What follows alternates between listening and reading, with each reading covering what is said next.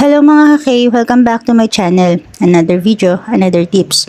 Kamusta naman kayo mga ka-K? And now, pupunta tayo sa natitira nating seed. At ang seed na ito ay may tatanim mo lamang sa level 6 lands.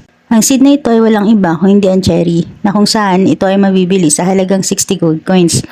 At ito ay may output na 20 na kahoy at isang bunga ng cherry. Ang cherry ay nagkakahalaga ng 13.6 gold coins.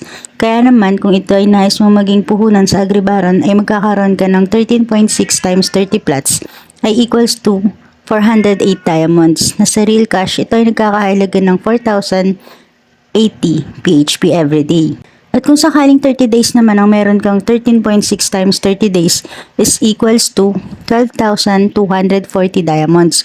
Na sa real cash ito ay nagkakahalaga ng 122,400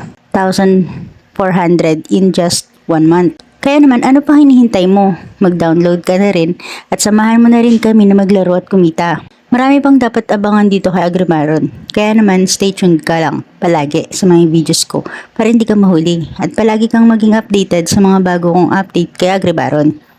Ilalagay ko ang download link sa may description box at ilalagay ko rin ang invitation code ko at kasama na rin ang link ng aking Telegram channel para naman kapag meron kang mga katanungan ay masasagot ko agad. Thank you for watching guys!